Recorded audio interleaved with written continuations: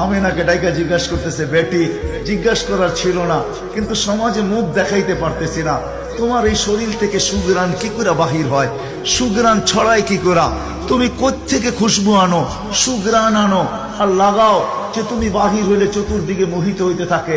তো আমেনা ওইখানে থুতু নিক্ষেপ করে আর বলে, আম্মা শরীর থেকে না, থুতু মারতে দেরি, সুঘ্রাণ তুফানের মতো বাহির হইতে দেরি হয় নাই। বলছে, আম্মা সুঘ্রাণ শরীরে না, শুধু আম্মা এই থুতুতে পর্যন্ত সুঘ্রাণ, আম্মা এই সুঘ্রাণ আমার না, প্যাকেটটা সুঘ্রাণ, প্যাকেটটা। আম্মা বলার ছিলাম না, তোমরা বাধ্য করতেছো, যেদিন পেটে আসছে ওই দিন তো ঘরের দেওয়াল পর্যন্ত আমাকে সালাম দিতেছে, তোমাদের এই গোলরের বাজুর কণা পর্যন্ত আমাকে সালাম দিতেছে।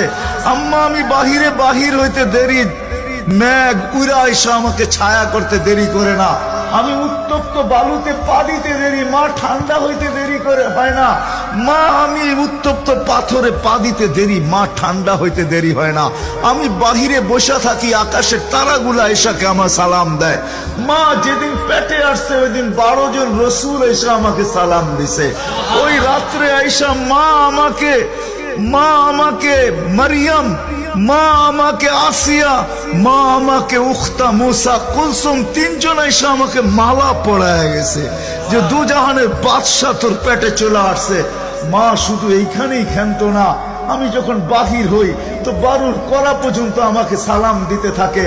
কুয়ার পাশে যখন যাই মা, তো আমাকে আর রশি দিয়া, ওই দিনের পর থেকে আজ পর্যন্ত রশি দিয়া পানি উঠাইতে হয় নাই। আমি কুয়ার পাশে যাইতে দেরি, কুয়ার পানিগুলা উছলায় উপরে আসতে দেরি করে না, কলকল শব্দ করতে থাকে, পানিগুলা যেন বলতে থাকে, আমেনা তুই কেন চলে আসছিস, দুজাহানের বাদশা তোর পেটে, তুই হুকুম দিলেই তো আমরা বাড়িতে যেয়ে ভোড়া দিয়ে আসতাম।